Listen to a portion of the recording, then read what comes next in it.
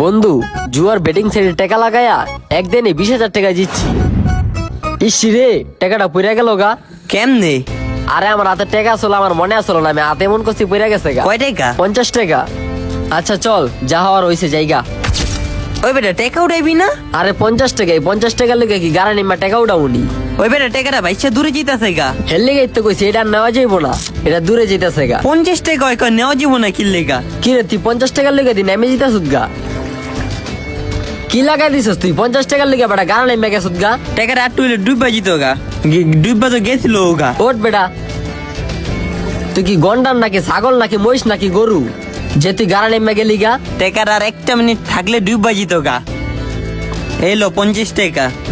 এই 50 টাকা তোর কাছেই রাখ, তুই যদি আমার কইতি তাহলে আরো 50 টাকা আমি তোরে দিতাম। 50 টাকাটা কি নিবি না? না, আমি রেখে দিমু।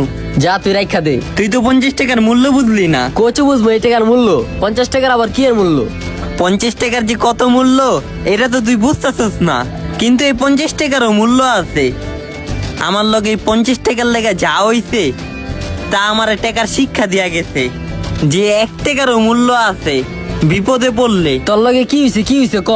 বন্ধু রে, তোর কাছে হয়তো বা এই 50 টাকার কোনো মূল্য নাই কা, কিন্তু এই 50 টাকা আমার কাছে অনেক মূল্য আছে। এই